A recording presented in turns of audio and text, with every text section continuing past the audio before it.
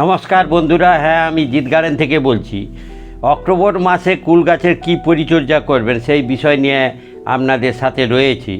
যে এক মাস আগে সেপ্টেম্বর মাসের 10 তারিখে একটা ভিডিও নিয়ে শেয়ার করেছিলাম, অসংখ্য বন্ধুরা দেখেছেন, তাদের ধন্যবাদ। যে সেই সময়ের পরিস্থিতি থেকে এখন দেখুন পরিস্থিতিটা অনেকটাই আলাদা। দেখছেন যে আমার প্রায় 70 বা 80% কুল সেট হয়ে গিয়েছে, ছোট ছোট দানা ভরে উঠেছে শাখায় শাখায়। যে সেটা আগে আমি দেখাচ্ছি। যে এক মাস আগে যেটা বলেছিলাম ভিডিও শেষের দিকে, সেই ভিডিওতে বলেছিলাম যে পটাশের যোগানটা, জৈব পটাশের যোগান দেওয়ার কথা, যে সেটা পেঁয়াজের খোসাকে ভিজিয়ে রেখে সেই জল 10 দিন অন্তর দেওয়া। যদি সেই পরিচর্যাটা করে থাকেন তাহলে দেখবেন আপনার ফল ঝরাটা বন্ধ হবে এবং ফুল থেকে যে ফল হওয়া সেটা হবে। পলিনেশান সুন্দর হয়েছে, দেখছেন অসংখ্য প্রত্যেক পাতার মানে শাখায় যে পাতা আছে, পাতায় গোড়ায় ফুলে থোকা থোকা ফুল, এবং প্রত্যেক পাতায় যদি একটা করে ফল হয় তাহলেও সংখ্যা অসংখ্য। আর গাছের গ্রোথটা আগে বাড়িয়ে নেওয়া, যেটা আমি দেখাচ্ছি। দেখুন আমার মা একটা টবের গাছ ছাদে রয়েছে, এই যে 100 লিটারের ড্রামে রয়েছে। গাছটা বয়স 10 বছরের বেশি। তো অসংখ্য দুবার হাড় প্রুনিং করেছিলাম, দেখছেন শাখাটা দেখাচ্ছি যে অসংখ্য ব্রাঞ্চ বেরিয়েছে এবং পুরো একটা 10 ফুট বাই 10 ফুট এরিয়া জায়গা দখল করে রয়েছে যে কুল গাছ, দেখছেন সেটাই অসংখ্য কুল হয়ে থাকে।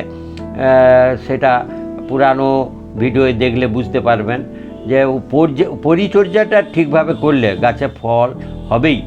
আর সেটাই হচ্ছে যে এখন এই সময় কি করব সেটাই সেপ্টেম্বর মাসে তো বলেছিলাম, এবার অক্টোবর মাসে কি করব। যে এই রকম যখন দানা সেট হচ্ছে এই সময় দুটো জিনিসের উপর খুবই নজর দেওয়ার কথা বলছি। প্রথম যেটা হলো যে গাছে অসংখ্য পাতা রয়েছে, আবার ফুল থেকে ফল হয়ে গিয়েছে, দানা ধরেছে, ফলে এই সময় জলের ঘাটতি একেবারে করা যাবে না। সামান্যতম জলের ঘাটতি ফল ঝরিয়ে দেওয়ার সম্ভাবনা থাকবে।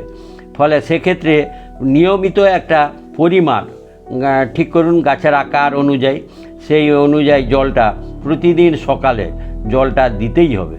এটা আপনার প্রথম কাজ। যদি জলের ঘাটতি হয় তাহলে কুলের কিন্তু ঝরে যাওয়ার বিষয়টা বারবার বলছি হবে। আর এটা বর্ষার নিয়মে বৃষ্টি হচ্ছে ঠিক আছে, কিন্তু আপনার নজর রাখতে হবে যেদিন বৃষ্টি হচ্ছে সেদিন আলাদা, নাহলে কিন্তু আপনাকে প্রতিদিন সকালে জল দেওয়ার বিষয়টা বলছি এবং গাছের আকৃতি অনুযায়ী জলটা দিবেন, এই পরিচর্যা করা। আর এই সময় কোনো প্রকার, আগেও বলেছিলাম যে এই সময় কোনো প্রকার পেস্টিসাইড ব্যবহার করবেন না, সে ফাঙ্গিসাইড বা পেস্টিসাইড। কারণ ফল ধরছে, পলিনেশান হচ্ছে, উপকারী পোকামাকড় গাছে থাকবে, এটাই স্বাভাবিক। কিন্তু সেটা নিয়ে দুশ্চিন্তা যদি করে কোনো প্রকার পেস্টিসাইড দেন তাহলে কিন্তু পলিনেশান হবে না, আর পলিনেশান না হলে ফুল ঝরে যাবে, ফল হবে না, ফলের সংখ্যা কমে যাবে। ফলে কোনো প্রকার রাসায়নিক পেস্টিসাইড এইসব ব্যবহার করবেন না। আর মাটিতেও কোনো প্রকার রাসায়নিক সার দেবেন না, শুধু জলের প্রতি নজর রাখা। আর একটা যেটা, সেটা আগেও বলেছিলাম যে মাইক্রো নিউট্রিয়েন্টের যোগানটা দেওয়া। যে কোনো ট্রেডমার্ক যেটাতে মাইক্রো নিউট্রিয়েন্ট আছে, জিঙ্ক, বোরন, মলিবেডিনাম, পটাশ, এই মানে মাইক্রো নিউট্রিয়েন্ট যেটা রয়েছে সেটা 10 দিন অন্তর এইভাবে আমি যেমন স্প্রে করছি যে পুরো ভিজিয়ে দেওয়া। এই দুটো উল্লেখযোগ্য পর্যায়ে 10 দিন অন্তর মাইক্রো নিউট্রিয়েন্টের যোগান দেওয়ার জন্য যে কোনো মাইক্রো নিউট্রিয়েন্ট সমৃদ্ধ ঔষধ পরিমাণটা আমার এটা হচ্ছে অ্যাগ্রোমিন গোল্ড 1 লিটার জলে 20 ফোঁটা মানে 1 ml দিয়ে 10 দিন অন্তর স্প্রে করা। এই দুটো উল্লেখযোগ্য মানে পরিচর্যা, এই দুটো আপনারা করবেন, জলের প্রতি নজর রাখা এবং এই মাইক্রো নিউট্রিয়েন্টের যোগান দেওয়া, এই দুটো। আর যেগুলো করবেন না সেটা বললাম যে পেস্টিসাইড, ফাঙ্গিসাইড, যে জল অতিরিক্ত হচ্ছে বলে ফাঙ্গিসাইড স্প্রে করবে, আমার মতে যে কোনো কিছু ওই প্রকার স্প্রে করার প্রয়োজন নেই। গাছে গ্রোথ যদি ভালো থাকে তাহলে ফল হবেই, আর ফল ধরবে গাছ তার আকার আকৃতি অনুযায়ী।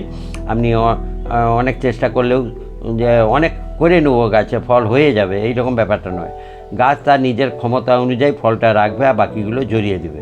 কিন্তু মাত্রাতীত যাতে না ঝরে সেই জন্য জলের যোগানটা রাখা এবং মাইক্রো নিউট্রনের যোগানটা রাখা, এই দুটো। পরে আবার 1 মাস পরে আপনাদের সাথে আপডেট নিয়ে শেয়ার করব যে কুল হবেই। এবারে সুন্দর ওয়েদার রয়েছে, ফলে আপনারা এইভাবে পরিচর্যা করুন।